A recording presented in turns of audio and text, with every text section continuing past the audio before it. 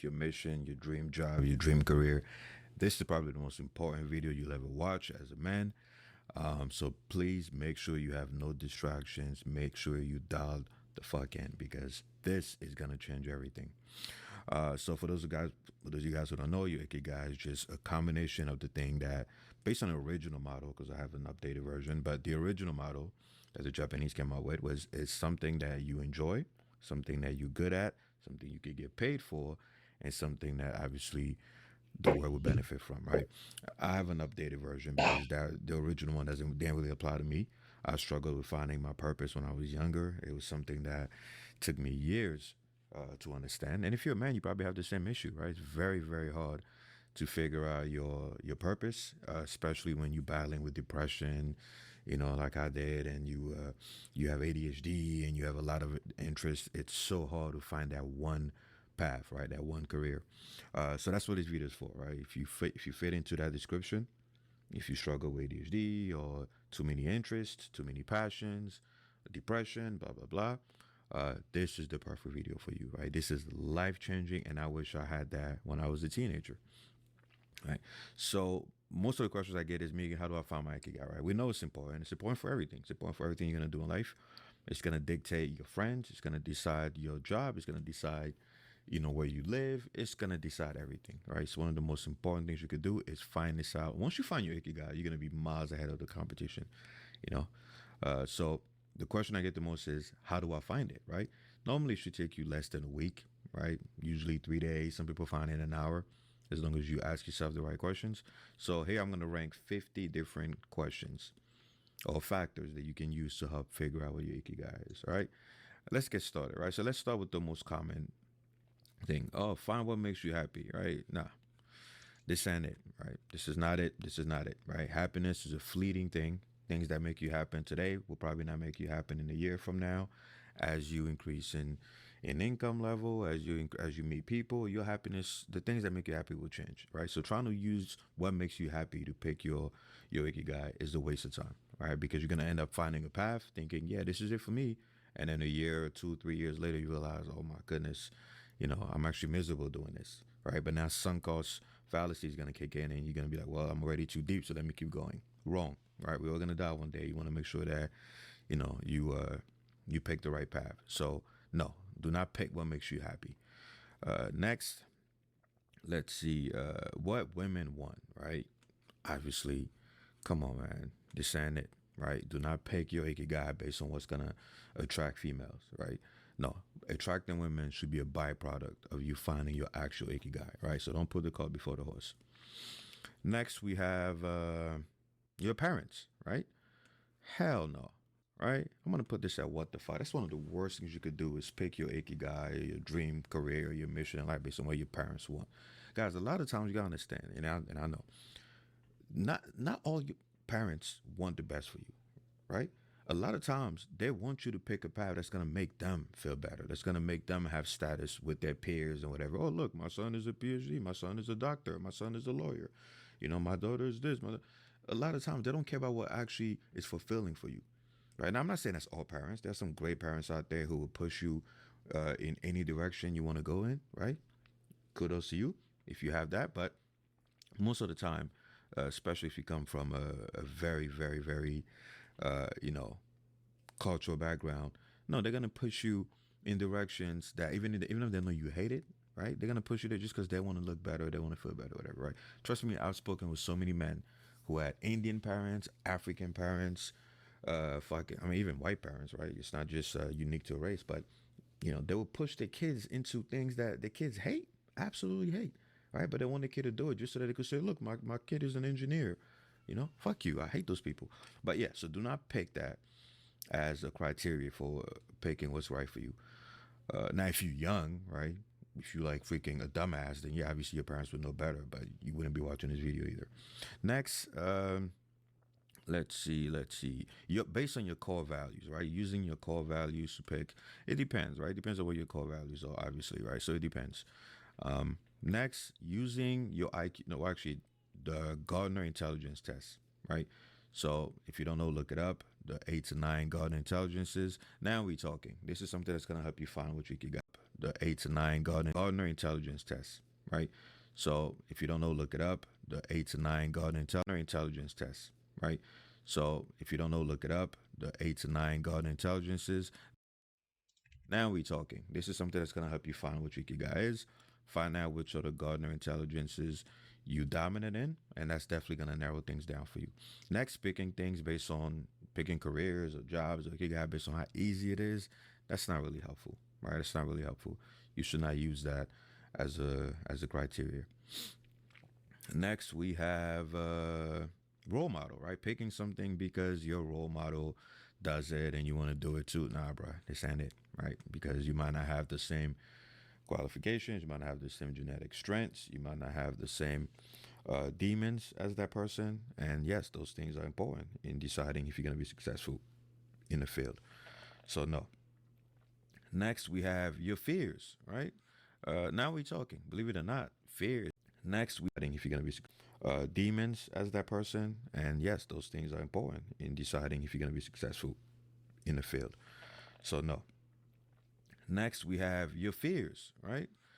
Now we're talking. Believe it or not, fear is a very powerful emotion, right? It's a very good driver of success. So using your fears to narrow down, it depends on how you use that fear, though, right? Obviously, don't be scared of every little thing, but usually, if you write down the top 10 things or even the top 5 things you're most afraid of, it will give you a hint of what your ikigai is. Because most of us as humans, we actually try to get away from our fears, so we actually pick careers and jobs that push us away from the things that we're afraid of. Next, if you had all the money in the world, right? If you had all the money in the world, if you were a freaking, forget billionaire, if you were a trillionaire, you were just waking up to cash every day, what job would you do? I'm gonna put that at this is it. This is one of the biggest things you could use to narrow down your passions. Because if you broke, it's gonna make it very hard for you to know your ikigai, because you're gonna just pick things based on what makes you money. But then when you ask yourself, what would I do if I was a billionaire, trillionaire, whatever? Now, now we're talking, right? So I'm gonna put that at this is it, right? That's definitely a very, very important question to ask yourself. What would you do if you had all the money in the world and it would never run out, right? Next, we have hatred. Believe it or not, now we're talking, right? A lot of people were taught as men to repress our hatred and our hate, and all. It's all BS. It's all BS. You need those negative emotions as a man. You need it to drive you. So think of things that you hate instead of saying, "Let me look at what I love to help me," as a way to find my ikigai. No, think of the things that you hate. That's gonna give you a hint. For example, me, I hate lies, I hate scammers, I hate weakness, I hate unnecessary suffering, I hate depression, I hate all those things. So it's not shocking that I ended up, picking a field where I'm helping people combat those things, right? So think of what you hate, and that's gonna narrow down your choices. Next, if you had all the cheeks in the world, if you had all the sex in the world, all the women in the world, all the baddest bitches in the world, what would you do, right? This is it. Very, very important, because once again, a lot of times we don't even know what we want to do because we don't have that personal clarity, right? We're picking things based on what do women want, what's gonna give me lay, what's gonna give me status, whatever. No, pick things, pretend that you already have those things, then ask yourself what would you do, right? That's gonna narrow down things. Next, we have the fuck is this one? I hate when this happens. When I literally just put a picture and I forget. Oh, I think this one is hobbies and interests. Yeah. So using your hobbies and interests to help figure out what your ikigai should be. I'm gonna put that one at it depends, right? Because we could have a lot of hobbies and interests that don't translate to our ikigai. For example, I like clapping cheeks, right? I'm not gonna use that to narrow down my ikigai, right? Um, I might like hanging out with my friends and bowling. Doesn't mean I want to fucking be a professional do bowling for a living. So hobbies and interests, to me, it really depends, right? For some people, it might help narrow down what they want to do. Whereas from others who have a lot of hobbies and interests, it doesn't really tell you much. Next, picking, based on picking a job based on like location or whatever. Obviously, you know, this ain't it, bro. Right? This should not be a factor, especially nowadays where everything is online. Location should not be something that you use to narrow down what you want to do.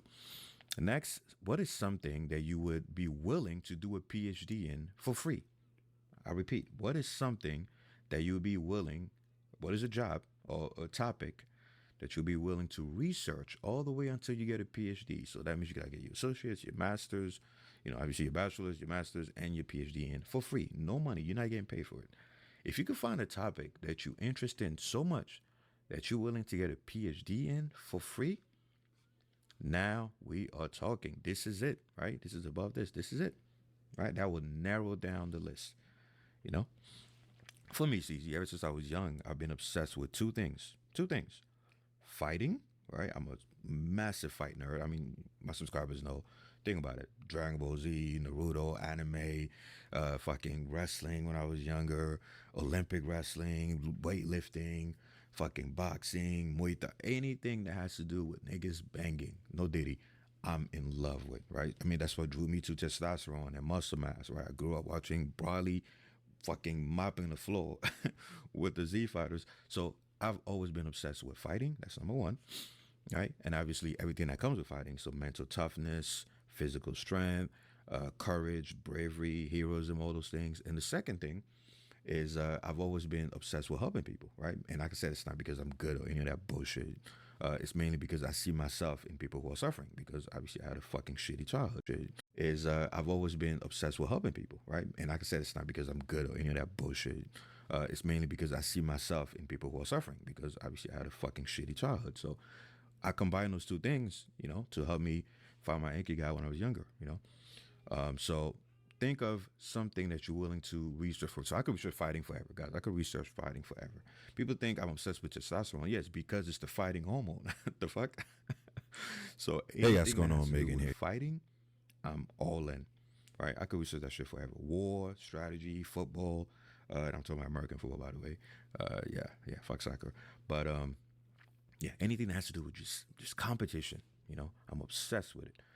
So, and again, I combine that with my hatred for suffering and depression and weakness and all those things, and then I put it together, and that's how I found my ikigai when I was struggling with this stuff.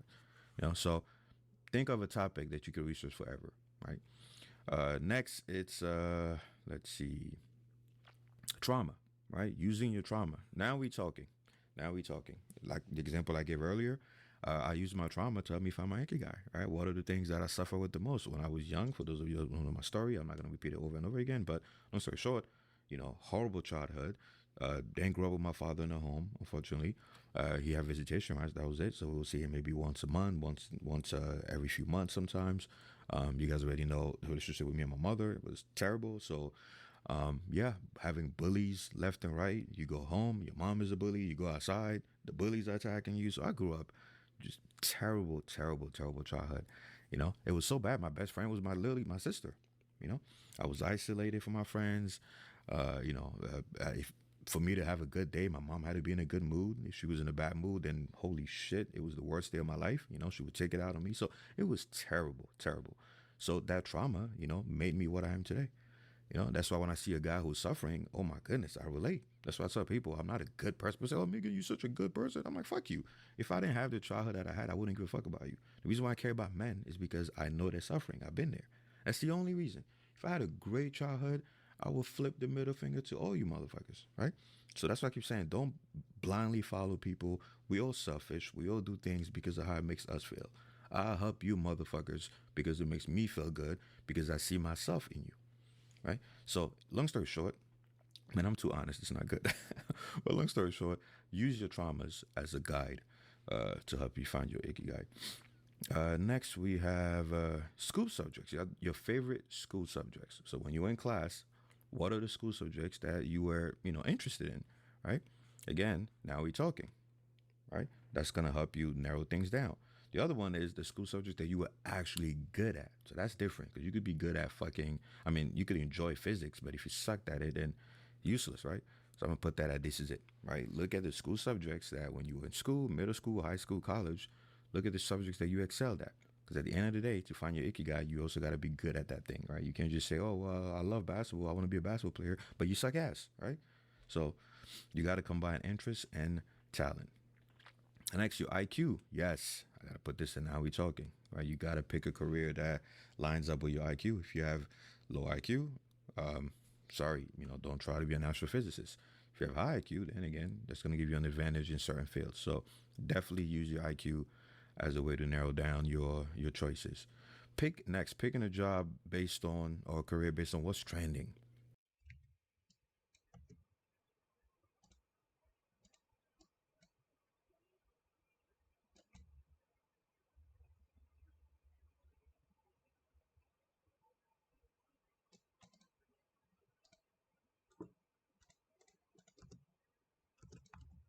Right? Come on, this ain't it. This ain't it, right? What's trending is always going to change, and plus, you're not going to be true to yourself. Next, picking a job or career or ikigai based on problems you yourself solved. This is it, right? Think of the problems that you yourself solved. This way, you're not going to be a freaking fraud. You'll be able to actually help people because you've been there and you found a solution. Next, we have picking a job or career based on topics or things that actually threaten your status. I'm gonna put that at it depends, right? Because it's not always about that, even though that plays a big role. Um, but so yeah, it depends. In fact, no, I'm gonna put that one at now we talking because that's usually a sign based on how the amygdala works, or how testosterone works. If your status feels threatened in a certain field, then chances are you might want to take a look. So I'm gonna put that one higher. Next, we have picking a career or job based on picking an ikigai based on compliments. I think this one's compliments. Yeah, this one's compliments. So based on what you got the most compliments in. So try to ask yourself, what are some things that you got the most compliments in growing up? You know, that's gonna narrow things down. I'm gonna put that at now we talking. Right? That's gonna narrow things down. Ever since you were little, people give you compliments on your intelligence. Well, that tells you that you might have an advantage there. Meanwhile, people give you a lot of compliments on your athletic ability. Boom, you know, or on your perception or whatever, right? Try to think of what you got the most compliments in. That's gonna help narrow things down for you. Next, we have picking a job or career based on unsolved problems in the world. I'm gonna put that one at not really helpful because there's a lot of unsolved problems. For example, like me, I don't give a fuck about climate change. I'm sorry, right? I don't care. Obviously, it's important, but I don't care as much. So I don't use that as a I don't use word just generic word problems to narrow down my ikigai. It has to be something that relates that I could relate to, something that's personal to me. So whenever you're asking yourself questions to find your ikigai, don't just randomly look at word problems. You know, pick things that resonate with you, right? Some people care about poverty. Some people don't give a fuck about poverty, right? So next we have picking an ikigai based on. Imagine you had a job that if you did that job, it would actually cut your life short, right? So that's a question I used to ask myself a lot. It's like, what would I actually do if each hour that I spent doing it took a year or 2 years of my life? That's a very deep question. I'm gonna put that one at this is it. Because if you're willing to do something knowing that it's gonna cut your life short, chances are you're very obsessed with that thing and you might have a lot of motivation to pursue it. Which brings me to the next one. Picking a job or career, uh, if forget cutting your life short, if you could literally die while doing it. So that's different in this one, right? This is it, right? Because obviously we're afraid of dying, right? So if you're willing to do something, even though you know you could die at any moment while doing it, big sign that you may have found your ikigai, right? Next, we have your zodiac sign. Man, get the fuck out of here, you guys. Are you kidding? People still believe in this shit, right? You guys make my job so hard. People still believe in zodiac signs.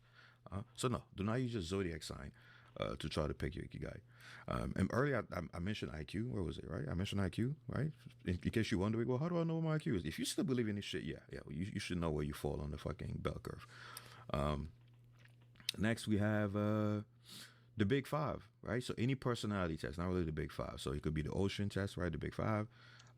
Obviously, the more you take, the better. MBTI is decent. They all have their strengths and weaknesses, right? No personality test is perfect. But I'm going to put that, now we're talking, right? It's going to help narrow things down, right?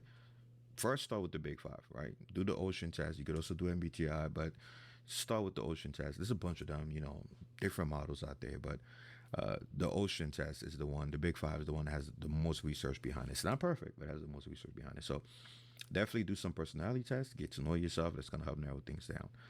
Next, we have which fictional characters you gravitate towards, right? So whether it's movies, anime, manga, fucking, I don't care what it is, right? Video games, what fictional characters you gravitate to. My OG subs know for me it's easy, but that's gonna help narrow things down a lot, right? Because it's gonna show you what you aspire to be, or what motivates you, or what your core values are, right? For example, me, I was obsessed with Vegeta when I was a kid. Why? Because I love, well, for one, the fighting part, right? But two, the work ethic, right? The fucking work ethic. You guys know I do not play. I'm team no excuses. I do not play when it comes to work ethic. So I always gravitate towards the hardest workers in any movie, show, games I'm playing. That's why I love characters like Kratos, Vegeta, all of my fictional heroes, even my real life heroes from ancient history. It was always uh, high work ethic workers and high achievers. So definitely think of what fictional characters you gravitate to. That's going to tell you a lot about yourself. Next, we have, let's see, we have obsession. What are you obsessed with? Not what you're passionate about, but what are you obsessed with? That is completely different thing. Passion comes and goes. Obsession is consistent. The best example I gave is that, passion is what wakes you up in the morning, right? But obsession is what keeps you up at night, right? What are you obsessed with? Right? And I'm going to put that one at let's fucking go.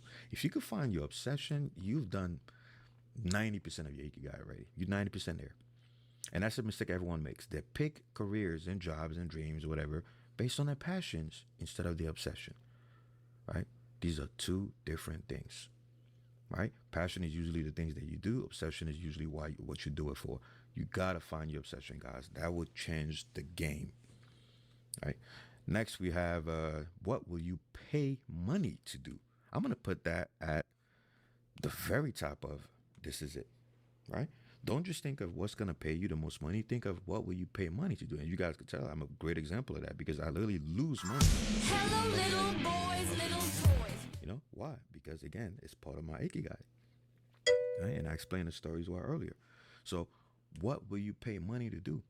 Right? Because if I just wanted to make money, I just keep trading my freaking socks, right? I'm wasting my time making these fuck ass videos that pay me less than my fucking fees, than my trading fees, right? But why do I do it? Because I love it, right? So think of what you would pay money to do, right? I pay money to make these videos, right? I lose money making this shit, right? That's why I'm always like, hey, support the channel because I'm fucking bleeding cash, giving everything out for free. So fine, but then again, it works out, right? I've been doing this for so many years, and I don't care. I do it with the low ass quality, you know, because I truly enjoy helping people. So you gotta find so many giving everything out for free. So fine, but then again, it works out, right? I've been doing this for so many years, and I don't care. I do it with the low ass quality, you know, because I truly enjoy helping people. So you gotta find the things that you love doing, the things that you're willing to even pay for. Next, we have, and that's also gonna make sure that you stay true to yourself and you stay genuine, right? That's why I never sold out, right? Like all these scammers out there. All right. So next we have, if somebody wakes you up, I like this one, right? I'm gonna put this one at, now we talking. Meaning, what job would you? Let's pretend that you deep into sleep. You deep in sleep. You having the best dream ever, and you gotta quickly wake up and start working on something. What would it be? Right? That's gonna help narrow things down, right? Because a lot of times people think, oh, I want to be a doctor. Would you wake up at fucking 2:30 a.m. in the morning when you're exhausted to go be a doctor? No, then okay, then maybe it's not your fucking ikigai, you know. So that's a really good question to ask yourself. Next, we have legacy, right? What do you want to leave behind, right? I'm gonna put that one at 80 pence, right? Because everybody cares about legacy, right? So I don't think it's a good thing to, for me that was good, right? Because I definitely wanted to leave a legacy of strength, of honor, of bravery. Hello, little boys, little toys. Like I said, I hate cowards. I hate people that give up. I hate people that make excuses. I hate unnecessary suffering. So leaving a good legacy behind definitely motivated me, but it's not gonna motivate everybody. So I want to put that one at 80 pence. Next, we have passion. Passion. Again, I'm going to put passion at not really helpful, believe it or not. Passion is not good enough, right? A lot of times I use the word passion, but what I really mean is obsession, right? Passion comes and goes, man. There are things I was passionate about when I was younger, and now you can't fucking catch me doing it, for even 5 minutes. Passion comes and goes. So no. So it's not really helpful. Next, we have what pays the most money. Nah, bruh. It's not really helpful. Do not pick your ikigai based on what pays the most money, right? Because again, you're not going to be true to yourself. You're going to be a sellout. And what's going to happen when whatever that thing is, doesn't pay as much money? Are you going to keep on doing it, right? So no. Next, you have your biggest wins, right? When you think of your biggest wins in life, now we talking, right? If you think of your biggest wins in life, what are the things that you dominated at? What are the things that you were really, really good at? That's gonna help narrow things down a lot to help you figure out what your Ikigai should be. You know. Next, we have movies, right? What movies you gravitate to? What movies do you love? Once again, you guys know for me, it's easy. Anything that has to do with fighting, fighting. Just niggas fighting back and forth. So think of the movies you gravitate towards, right? I'm gonna put that now we talking. That's gonna help narrow things down, right? If you look at most people that obsessed with something, right, that find an ikigai. If you look at their movies, and I put movies. It could be TV shows, it could be anime, whatever. But yeah, when you look at those people's, when you look at the content they consume, more often than not, it has synergy with the ikigai, right? And a good thing about it is it makes entertainment productive. You know, a lot of you guys are watching stuff that has nothing to do with your ikigai. So it's like, what are you doing? Whereas for me, it's two birds with one stone. Anything I freaking watch is something that's gonna help me eventually. You know, because everything I do is linked to my ikigai. Next, using basic analysis tools like business strategy tools, SWOT analysis, VO analysis, Pastel, Porter, Big Five, whatever. Yeah, very good. Right now, we're talking. That's definitely going to help you narrow things down because it's going to help you analyze yourself, find your strengths, your weaknesses, threats, opportunities, blah, blah, blah. Right? I love SWOT analysis. Next, you have the fuck is this one? Oh, what people struggle with, right? What does the world struggle with? This is it, right? Because at the end of the day, doesn't matter what your dream, mission, job is. If it doesn't help people, you, you're wasting your time, right? Because you're gonna have to work another job, on top of that thing, right? So, but the goal is to try to find synergy, right, between what you love and what people need. So, definitely put this up there. Ask yourself, what are some pains the world has that you're willing to solve? You know. Next, we have picking things based on what's gonna make you popular. Come on, bro. This ain't it, right? Do not pick your ikigai based on what's gonna make me popular or famous. Nope. It's gonna make you sell out. Next, you have I thought I did this one already. Okay, no, I didn't. So motivation theories, right? So Maslow hierarchy of needs, McAllen, all the different motivational theories. Do a test to find out what motivates you, right?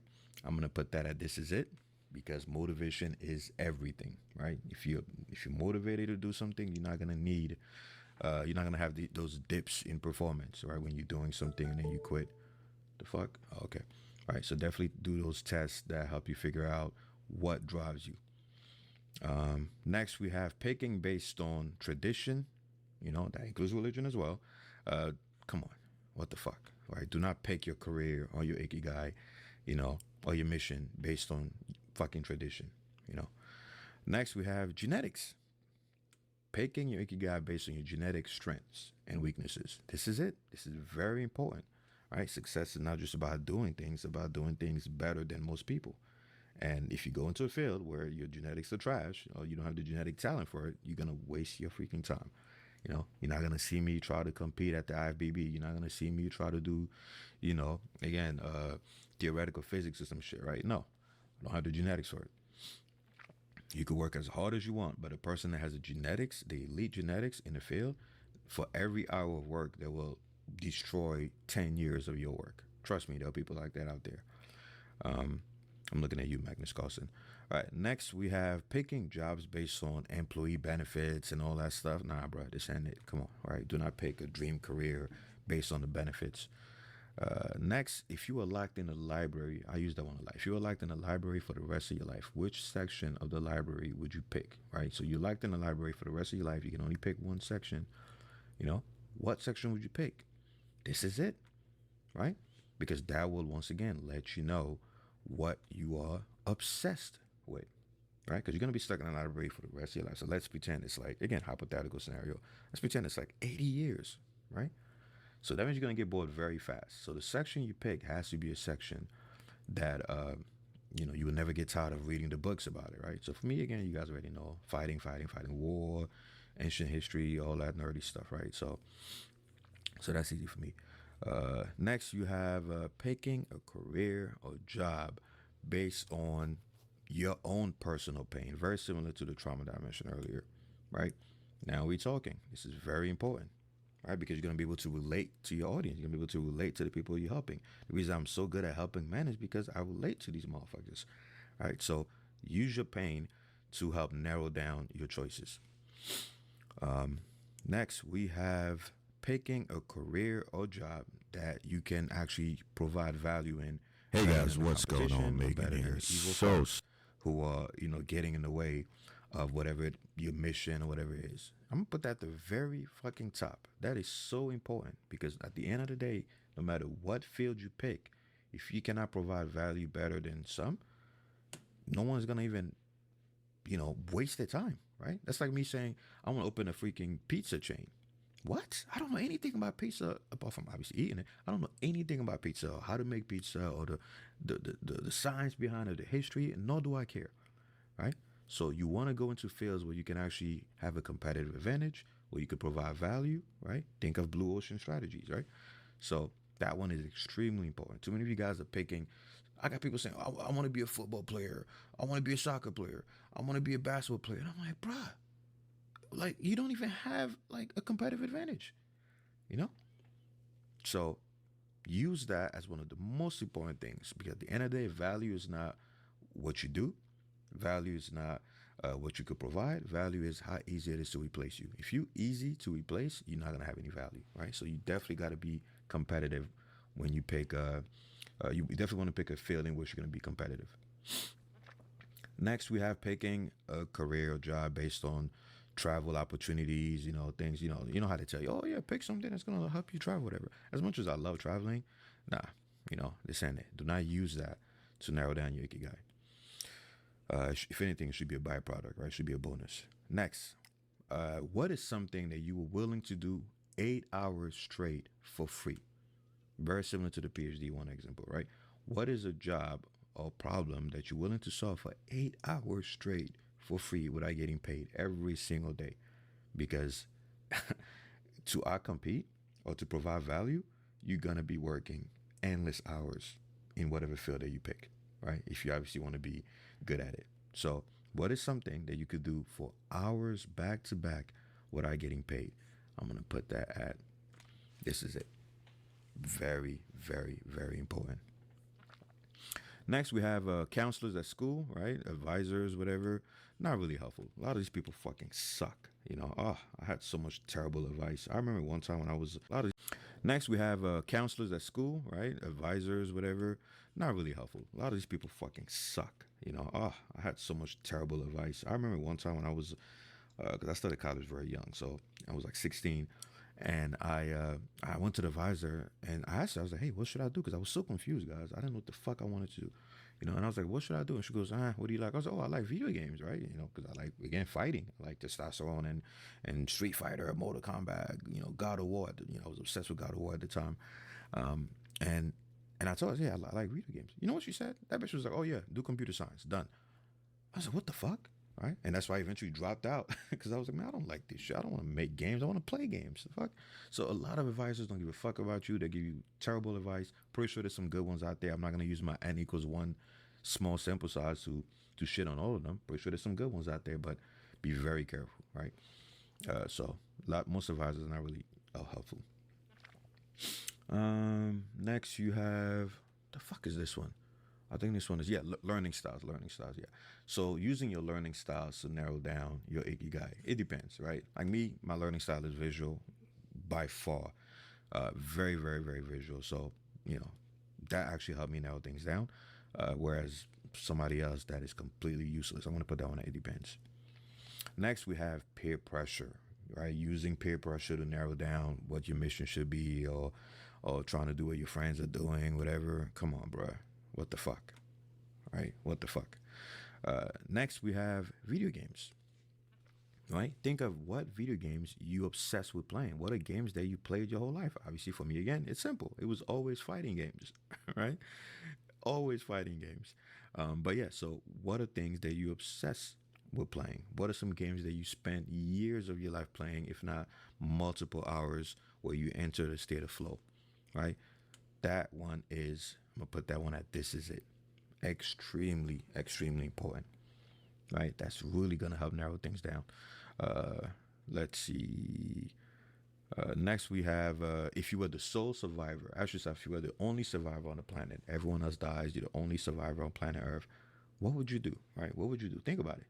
If you're the only person alive, so now that removes a lot of influences that other people have on your decision making process. Right? Imagine you were the only survivor on the planet. No one is coming to save you. No aliens are coming. You're just gonna die alone on the planet.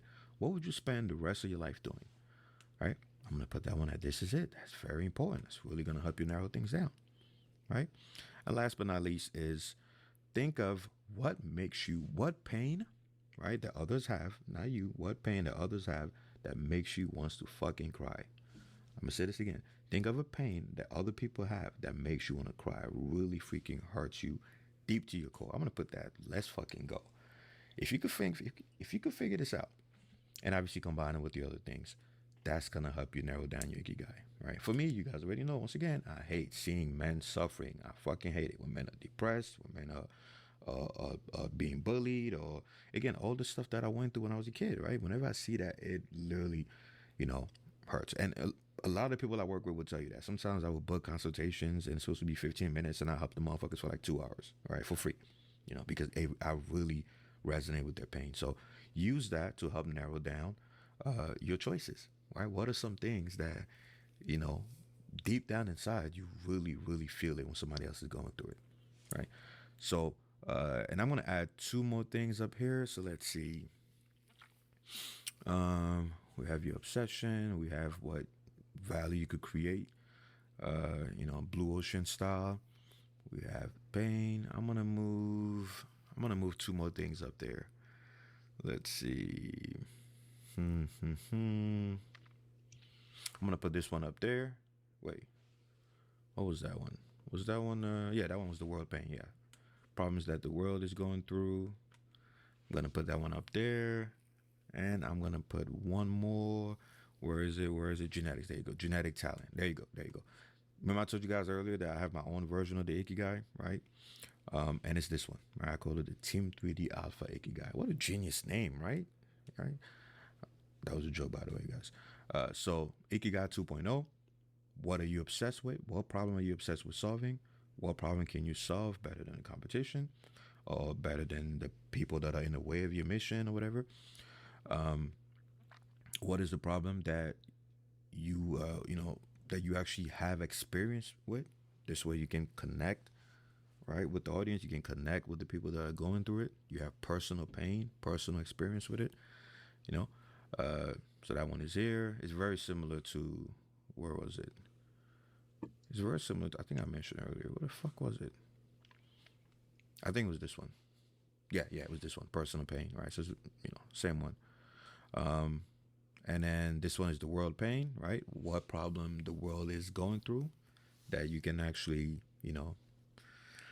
solve. And then last but not least, genetics, right? Genetic talent. That's it. If you could find the top 5, you already found your Ikigai. If not, then use these down here to help narrow things down. All right, guys. Hope this video helps and hopefully your life changes as a result.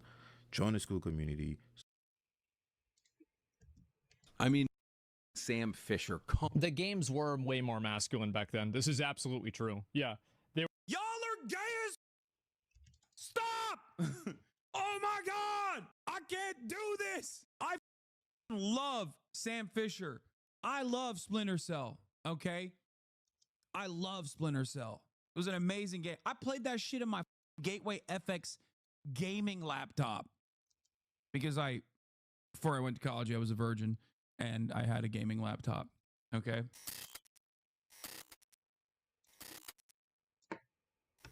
But let's see, who killed masculinity in video games, presented by Asmongold.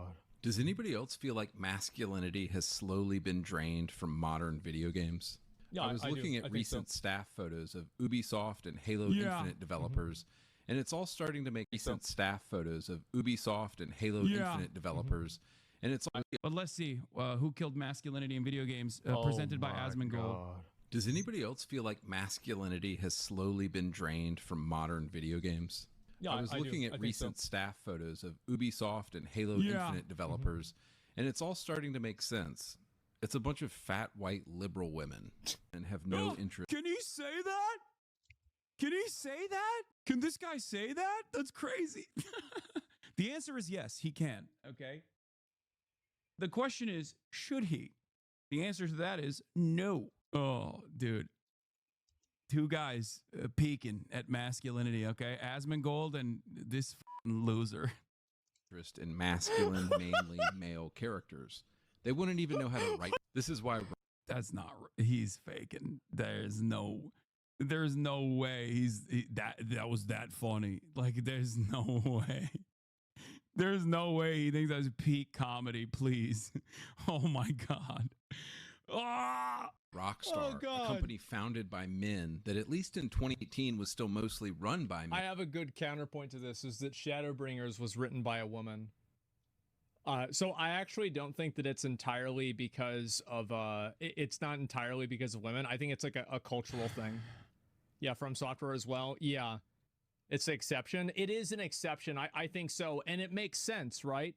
That men would be able to write better stories for other men. Yeah, wow. What? Who could have thought? And created the magnum opus Red Dead Redemption 2. A game with a manly, well-written main protagonist. Red Dead Redemption 2 is peak woke, dude. What the every single Rockstar game is woke as shit. What is wokeness for these guys? It literally means things I did not enjoy consuming. Okay? Because if gay and women is in virtually every medium of art, you can just pick and choose and go, this thing I did not enjoy is woke as because gay and women. This thing I did enjoy also features gay and women, but I enjoyed it. Therefore, it must be not woke. That's all this is. That is the dynamic. Gay Tony, old Rockstar, not woke. Like, what do they think is going on with Rockstar? Like, half of the characters that they're making fun of are, people who have opinions like this. Arthur Morgan. If you want to see the seismic shift away from masculine characters, honestly, all you need to do is play a few games from 2006 and you'll see exactly what I'm talking about. Gears of War. Consider how many masculine military games came out in the 2000s. Absolutely. Grand Theft Auto 5 was pretty regressive. It 100% was not regressive. Don't do this. Don't do the opposite of this, okay? So many liberals love doing the opposite of what these guys are doing, where they're like, any kind of criticism, any kind of media criticism that actually demonstrates, any kind of satire that actually demonstrates characters doing things that I perceive as bad is actually not woke enough for my taste. Like, you are insane if you think that the satirical things that was in Grand Theft Auto 5 were quote unquote not woke. Okay. Medal of Honor, Call of Duty, Brothers in Arms, Gears of War, Operation Flashpoint, Rainbow Six. This is what it was all about, bro. Like, we had, like, I feel like a lot of you. Do these guys not realize, like, these games still exist, bro? TQ people, like, specifically Call of Duty or Rainbow Six still very much exists. Okay. What the do you mean? Like, what are we not making war games any longer? Is that what's going on? I played all these games, man, and guess what? They literally still exist. Like, there are so many games. Some of them have the same title. Some of them are the exact same games remastered. I am so confused. Also, Asmongold doesn't even play first-person shooters. Like, what is he? Does he play first-person shooters? I thought he was like a WoW guy who plays some of the gayest games of all time, like Final Fantasy. All right, what's going on? Y'all probably played at least 2 or 3 of these, right? Yeah. It's an amazing experience. Absolutely. Ghost Recon, Splinter Cell. All of these games were starring men and had themes like brotherhood, duty, sacrifice, honor. So the reason why Tyrion Forgering left the Silver Hand and was in exile is because whenever he was in captivity, he made a pact with an orc named Etrig. And whenever Etrig was captured, I have no idea what is this during the burning of Strathlome. Is this some WoW shit? I'm skipping through this. Be free, I guess. And Tyrion chose that over it. Nerds, man. WoW lore that he also ironically gets wrong. I have no idea what the fuck he's talking about. I'm skipping Brothers WoW lore. Arms, yeah. I don't care. Yeah, that's the way Blizzard used to be. Almost all of these franchises have either been killed off, turned into multiplayer games, or went woke. I often wonder why so few modern games appeal to me, and I think another big reason is this. Everything is just so gay now. Compare the games. You a nerd too? I mean, yeah, this is also true. Okay. Yeah, I am. I played a lot of these games that he's talking about. I enjoyed a lot of these games that he's talking about. I also got laid. So I think that is the major difference here, is that like I also had a normal, healthy development, and you know, I got to dip my toes in both sides of this world where, you know, I played sports, I had friends, a robust social life, and I also loved this nerdy shit. So I think regardless of my you know, current mode of existence, being a dude that also for the most part stays indoors and spends 8 to 10 hours every day online, and sometimes plays video games, not all that much, but does incredibly nerdy shit like talk about politics. I am ashamed of the way that these guys behave because it is very weird. It is very odd. But I think it also spells trouble for our future, because as we become more alienated, as we become increasingly isolated, increasingly online, I think we are basically dropping the whole being normal, socializing with our fellow man. I don't know, joining an intramural league or whatever. We're dropping all of that and just doing this, staying online in hug boxes where we constantly hype one another up for having the most dog shit opinions. Have you seen the too woke game list? Yeah. I feel like if you went back to the 90s or even early 2000s when these video games were being made and you showed these dudes to the average person back then, they'd be like, this is insane. Like, what the are these losers saying? Just mentioned, to the modern trash we have to deal with in Overwatch and Apex. Almost every character in these new games is either gay, lesbian, bisexual, trans, or something else. I think this is an issue, but it's not probably as big of an issue. What is an issue is the fact that they try to like ride off of it. What? Okay, this is, I think, the first time I've watched like an Asmongold, like, you know, gaming video, kind of like gaming commentary video. And I'm trying to pick up on like what makes this kind of commentary so appealing.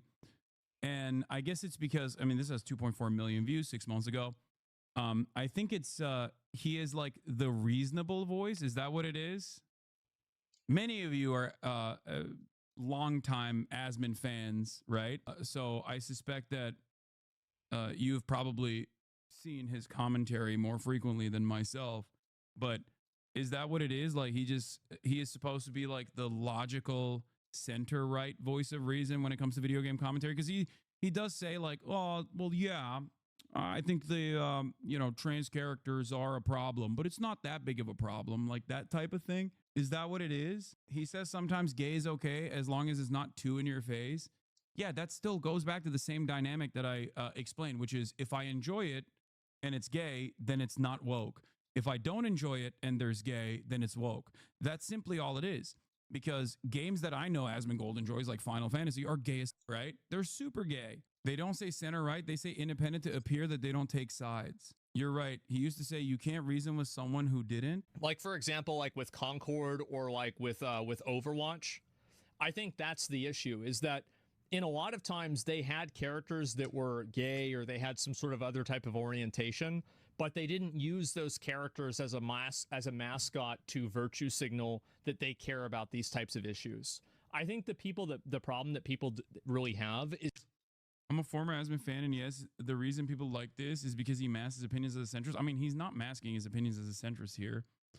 But I think if you're constantly looking at like obviously far right shit, and then moderating your position off of that as a jump off point, then yeah, I think that's a very effective way of looking as though you are the reasonable, independent voice in the room.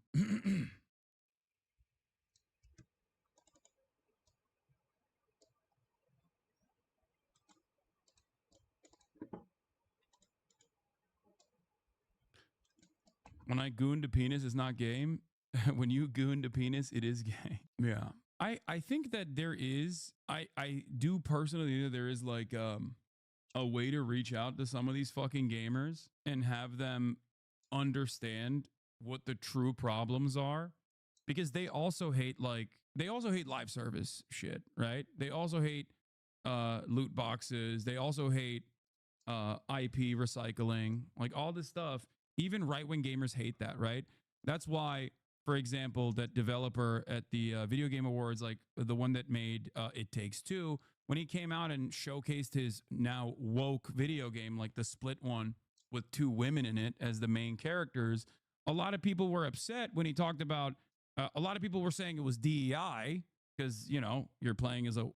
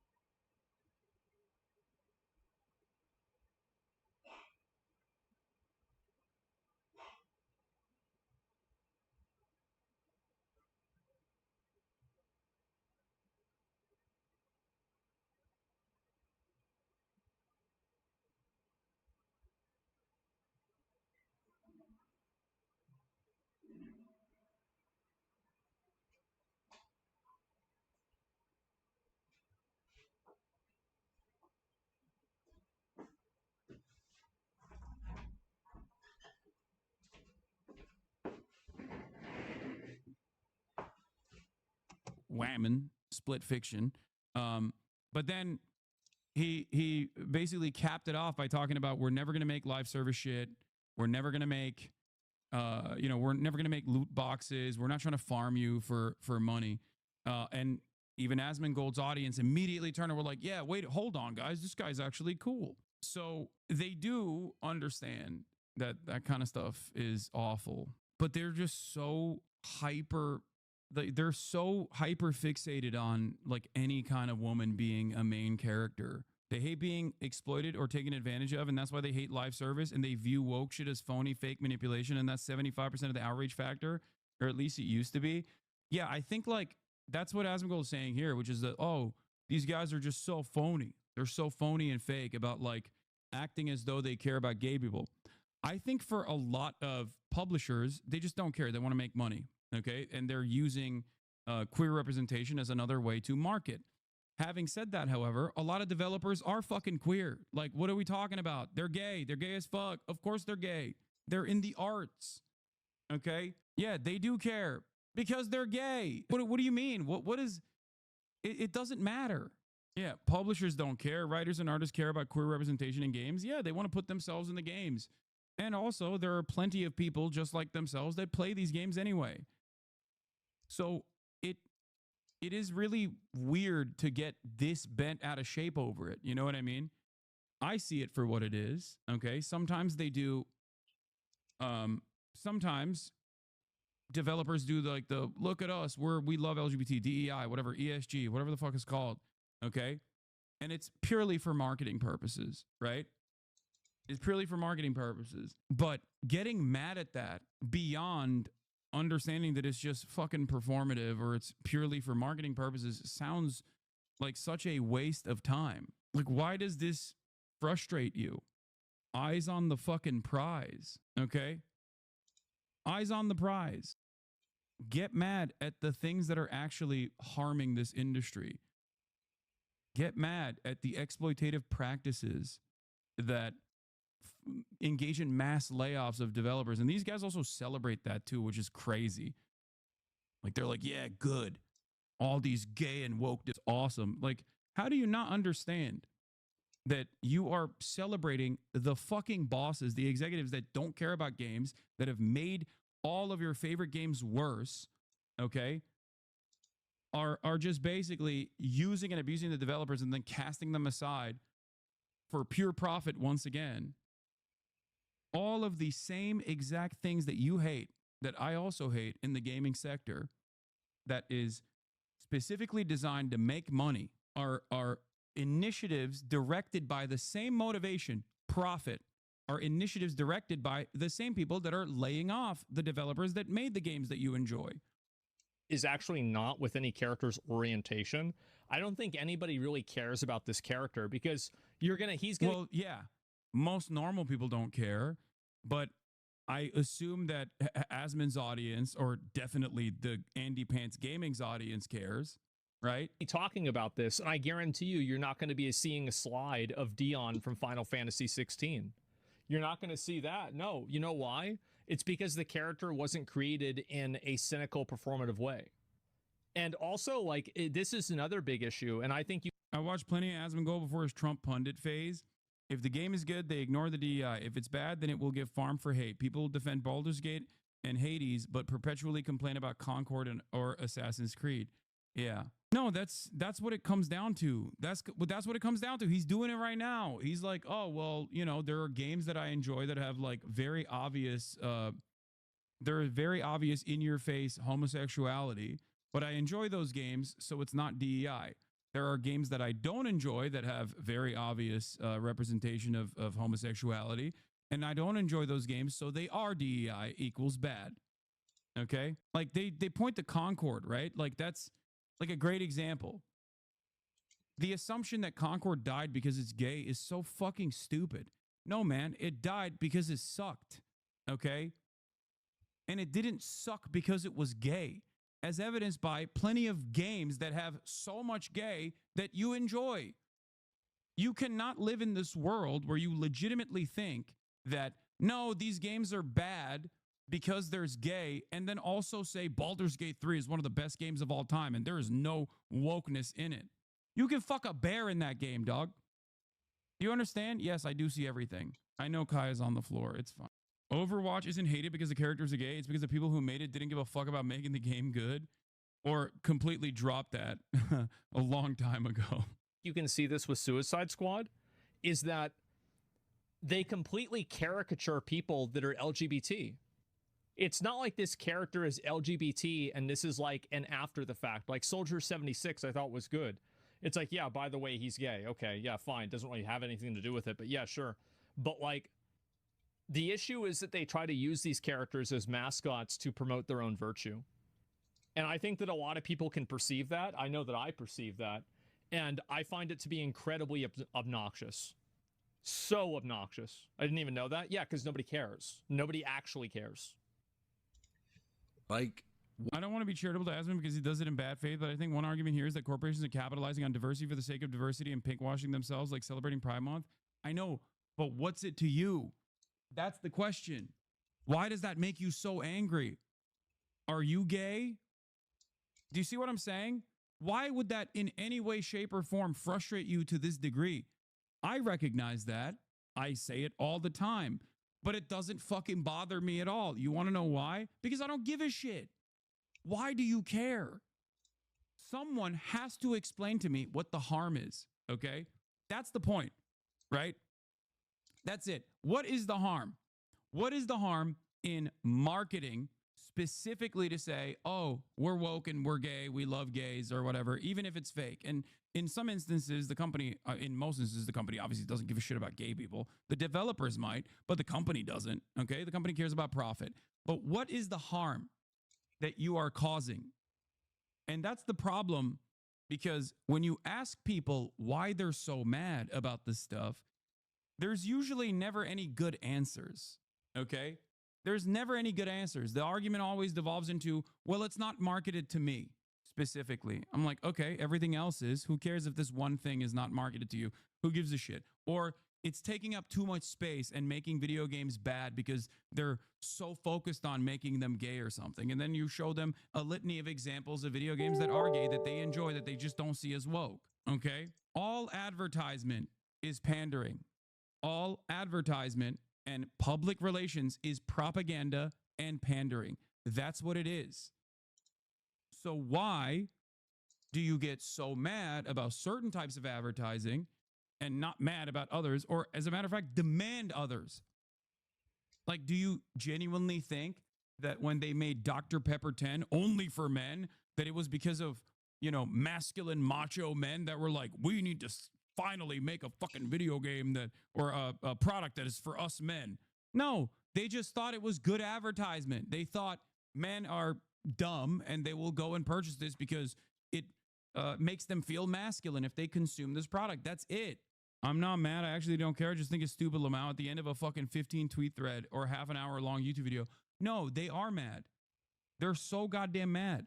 And I don't understand why they are.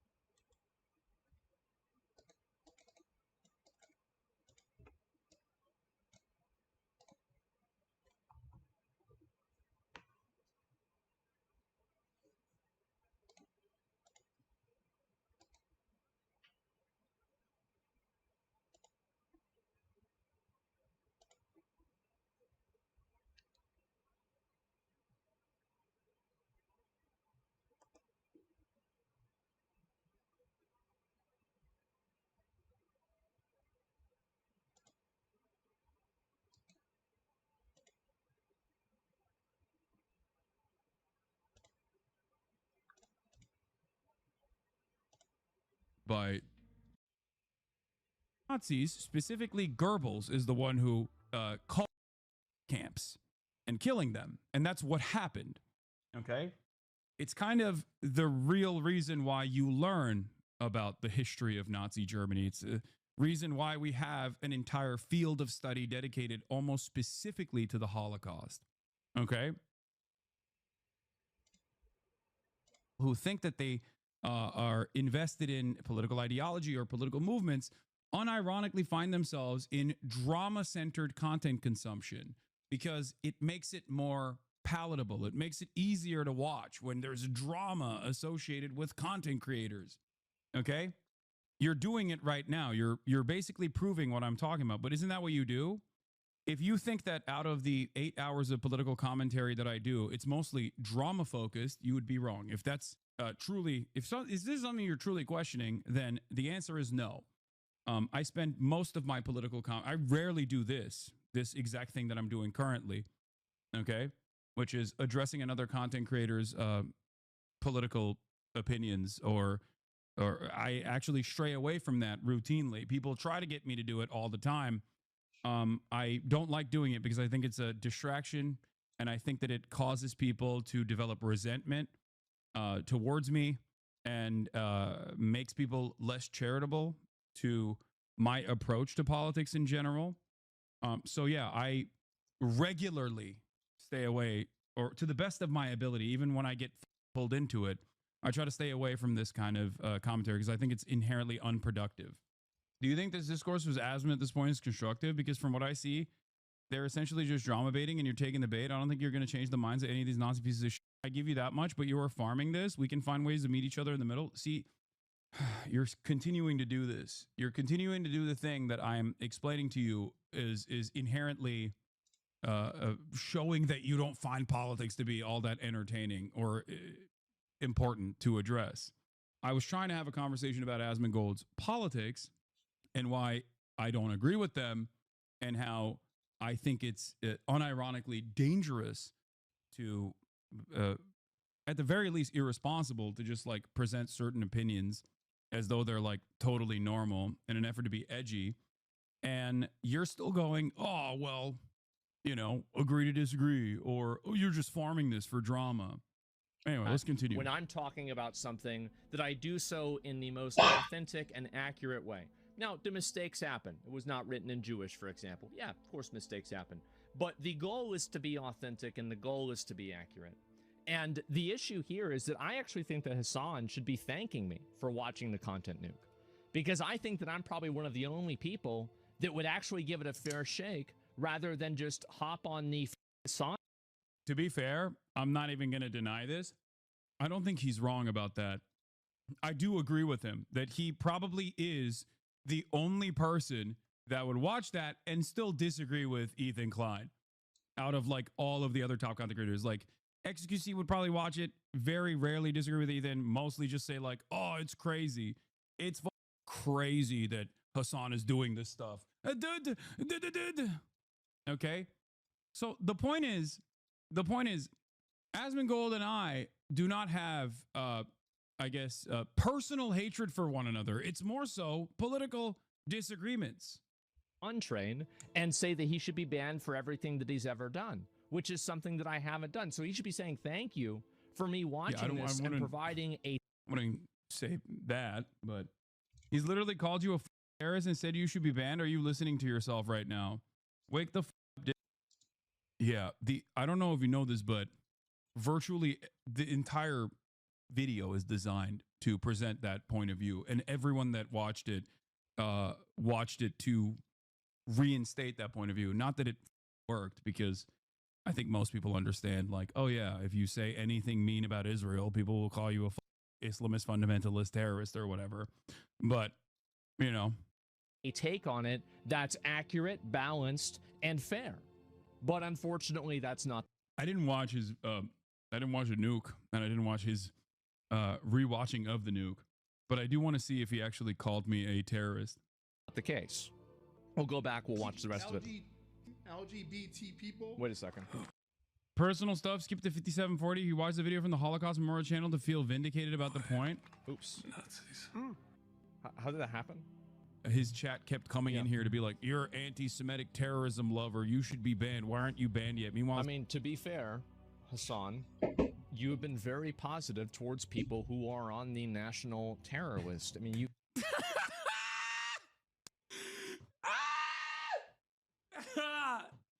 Oh man, damn. Well, thank you for the charitability, man. That's crazy.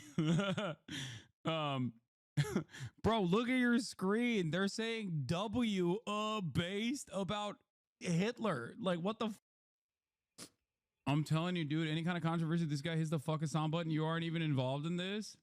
Yeah. Well, I think it is a pretty good way to it's a pretty good smoke screen. Anytime someone yells at you, if I dare to say something about it, okay? And this is not just Asmongold. This is basically virtually every single content creator on this goddamn platform that comes out and says something that's like genuinely dumb or wrong. They can just turn around and be like, well, Hassan is loves terrorism or anything like that. And everyone will just laser in on that and be like, yeah, he's right. Asmon's kind of base for this, regardless of what their perspective is. Okay? That's it. So, yeah. You have been. Like, this is a fact. Like, this isn't a debatable reality. You interviewed a terrorist, and I... That is a debatable reality, I guess. Just like you're wrong to say they were writing in Jewish, you're wrong on this front as well. The person that I interviewed that I thought could potentially be a Houthi when I interviewed him, which at the time wasn't even a part of the official terror watch list, by the way, okay, is not a part of the Ansar Allah movement. He is not a Houthi, okay? He revealed that information to me on the interview that I conducted. And not only that, but also numerous outlets interviewed him afterwards and even reached out to me. The New York Times literally reached out so they could get access to this person. So just so we're clear, I know that people just basically repeat this falsehood over and over and over again with the hopes that like no one will check them on this, but it's just not the case. You can't just be like, nah, this person's a terrorist. He looks like one, because I'm assuming that every single person from Yemen is that has a gun, and the highest gun per capita country after the United States of America is automatically a terrorist.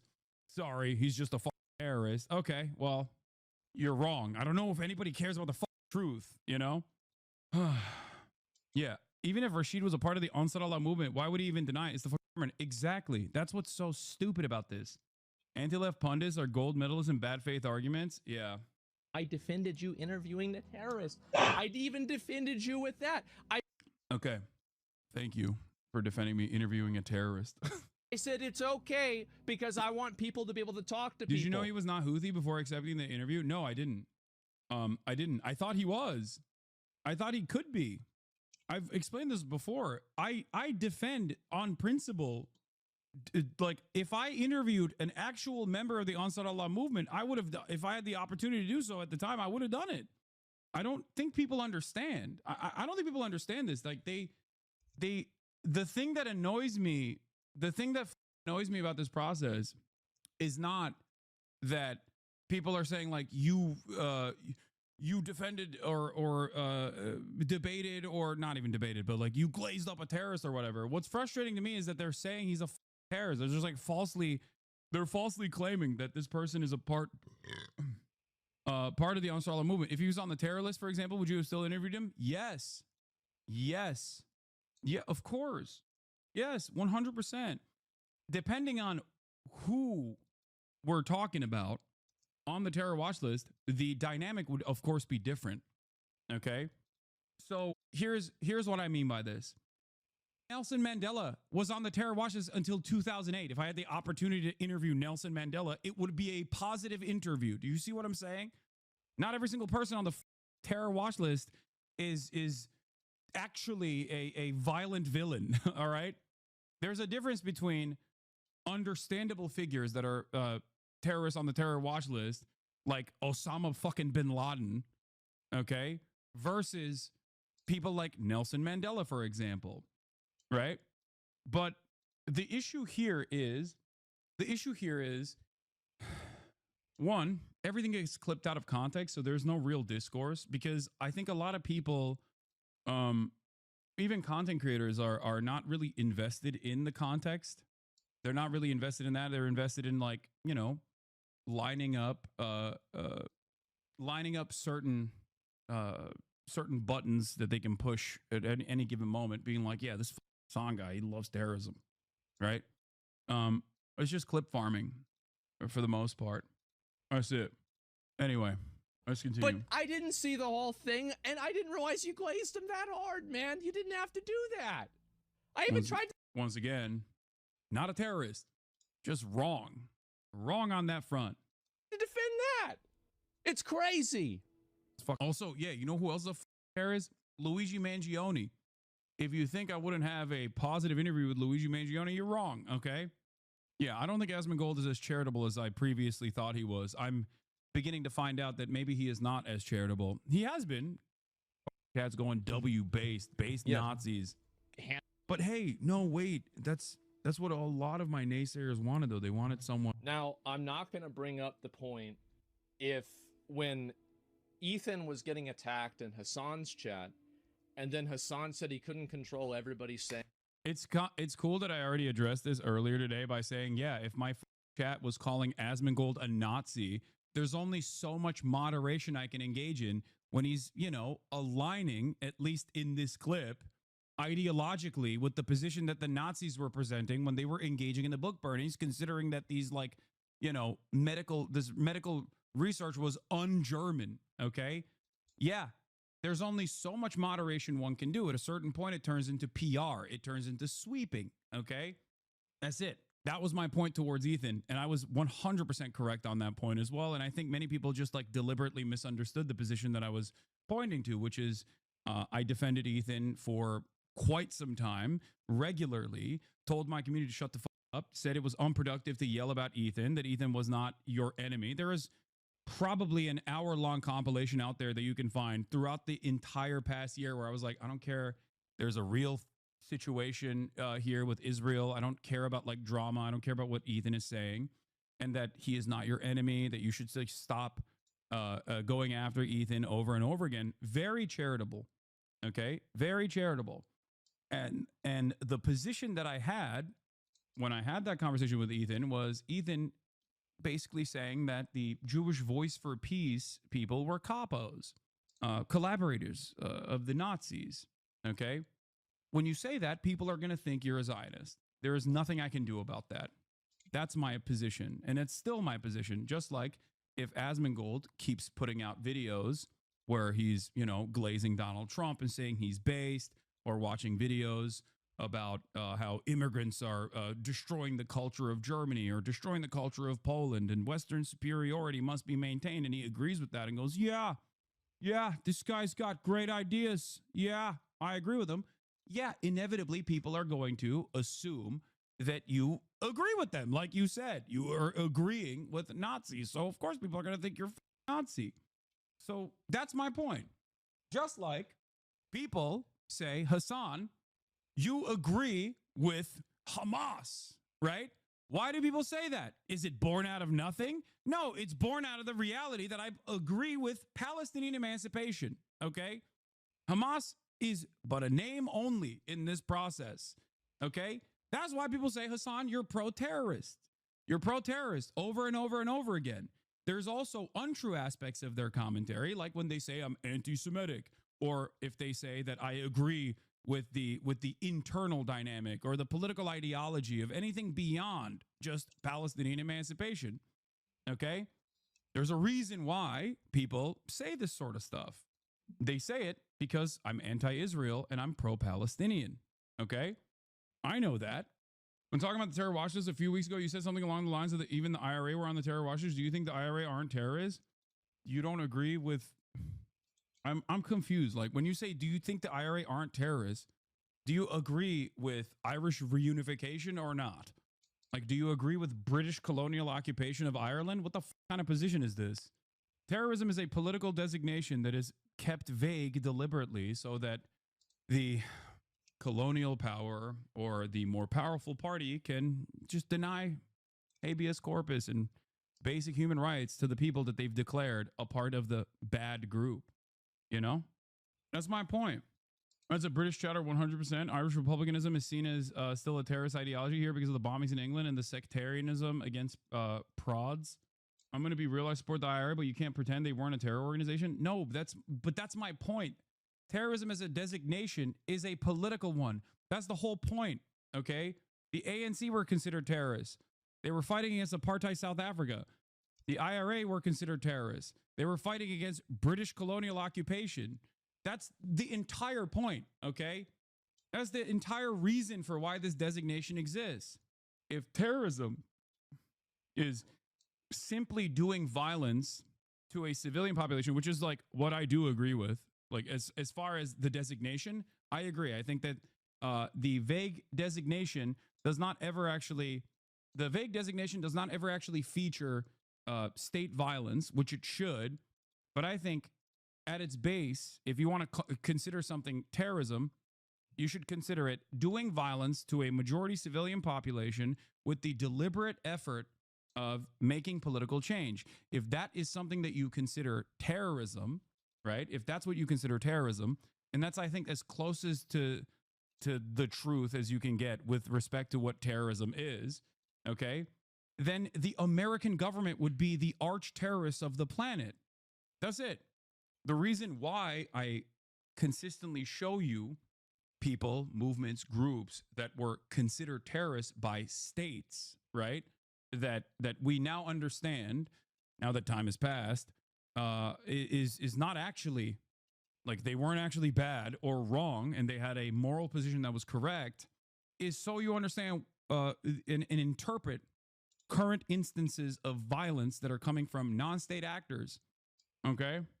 That shit is food for people who feed on your content. You should talk about revolutionaries. I do.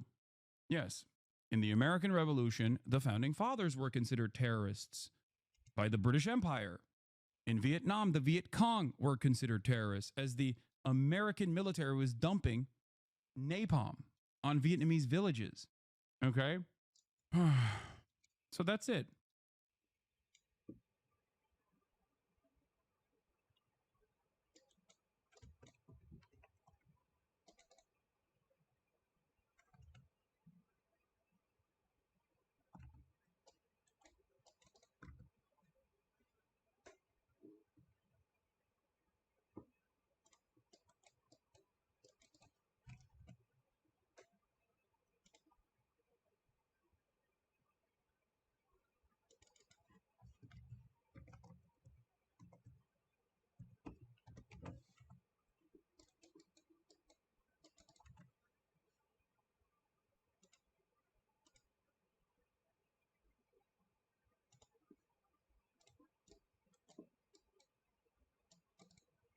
Hey everyone, Anthony Fantano here, internet's busiest music nerd. I hope you're doing well. Here I am with another one of these videos. Yep, these videos here, these videos that I'm tired of doing, they seem like they are too big and annoying and obnoxious to ignore, but simultaneously, I don't really know what there is to add to this topic at this point. That topic being Kanye West and the continually ridiculous, harmful, and outlandish things that he says on a regular basis, specifically on his Twitter account, where recently he has dropped such hits as, I'm a Nazi. Yeah, he's literally saying it again.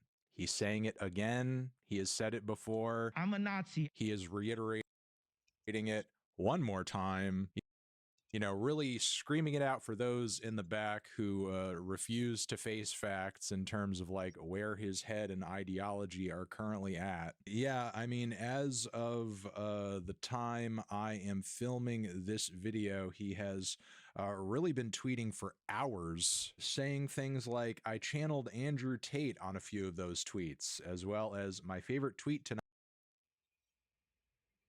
night was about woke fat bitches. He also posted an often shared old black and white photo of him where he's like, you know, wearing this t-shirt that has a swastika on it with a cross through it. And he himself says, I used to be woke too. Again, making it clear that whatever sort of mindset he was in when he was wearing that shirt, no longer in it. At one point, he even stated that he has a dominion over his wife, Bianca, who has been catching a lot of heat and criticism.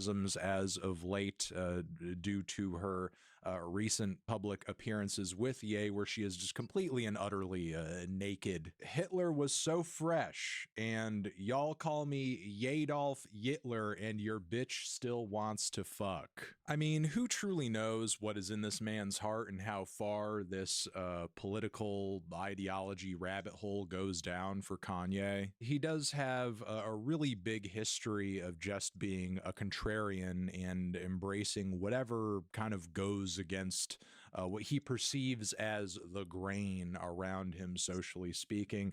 He even launched a tweet here where he says, I could say Jew as much as I want and Hitler as much as I want. Matter of fact, I do say it when I want. He's still saying all of it. He's still a moron. And honestly, I don't really know if that's any better than him actually being a Nazi. I mean, he's either embracing it in order to be edgy and go against what he thinks everybody wants him to believe or feel or give into, or he's embracing it because he genuinely believes in the perspective. Either are bad and disqualifying. At one point, he even advocated for freeing P. Diddy, which also has not gone over very well with a lot of his fans and people in the hip hop community as a result of, you know, the evidence against Diddy being stacked up so high that pretty much everybody is of the opinion that he is very much guilty of all, if not just a great deal of what he is currently arrested for. But again, Kanye does also have a history for standing in support of people who have some pretty damning sexual abuse allegations against them. And again, just to stress and reiterate to cover my bases, these are allegations, and we're going to see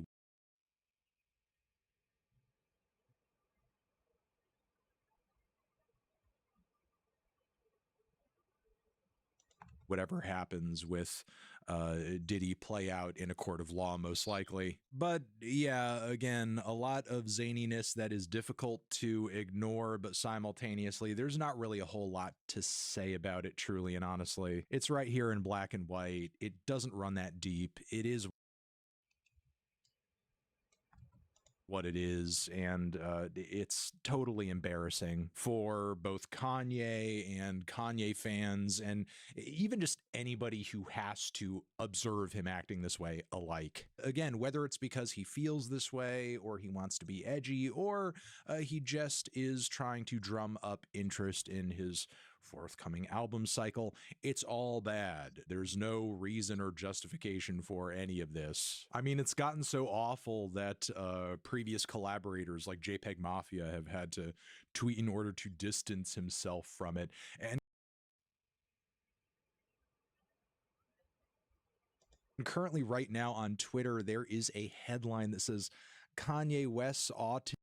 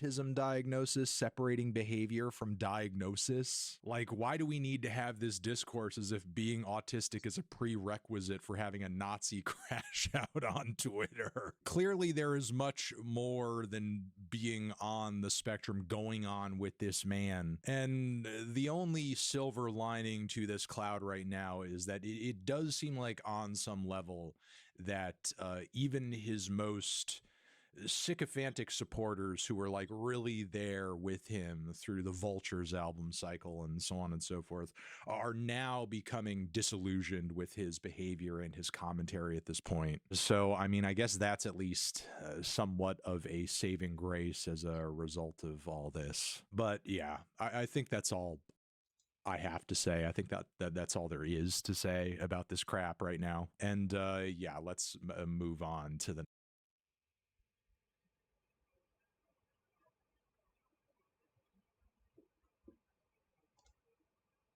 Hey, hi, hello, everyone. Anthony Fantano here, internet's busiest music nerd. Let's talk about Shopify. I know the first 30 seconds of this video is going to sound